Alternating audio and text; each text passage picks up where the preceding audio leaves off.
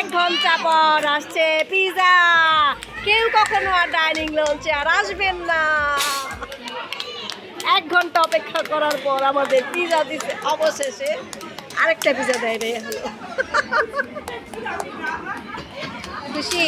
1 ঘন্টা পর আসার কারণে বাচ্চারা অনেক খুশি হয়েছে, কারণ 1 ঘন্টা অপেক্ষা করছে। এটা আমার লাইফের ফার্স্ট দেখা যে 1 ঘন্টা অপেক্ষা করতে হয় ডাইনিং লঞ্চে আসলে। চাষারা ডাইনিং লঞ্চ, দুইটা পিজার জন্য এতক্ষণ ওয়েট করতে হচ্ছে। সেই পিজা আপনারা সবাই দেখুন, এত স্পেশাল পিজা আছে 1 ঘন্টার আগে হয় না।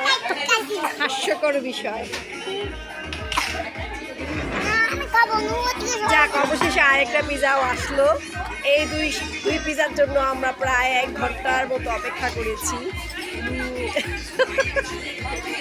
তাই সব বাচ্চারা খুবই নির্ঘাত। এখানে কোনো আমাদের সাথে কোনো ছেলে মানুষ থাকলে অবশ্যই চলে যেত, কারণ 1 ঘন্টার উপরে পসিবল না এতক্ষণ বসে থাকা। তো ডাইনিং লঞ্চে হচ্ছে এই অবস্থা, ভেরি ব্যাড। আমাদের খুবই বিরক্ত লাগছে, ইচ্ছা করছিল আমরা উঠা চলে যাই, বাট বাচ্চাদের নিয়ে আসছি এই জন্য। আমার ছেলে তো রীতিমতো ডাকতেছে, এই আঙ্কেল পিজা দাও, পিজা দাও।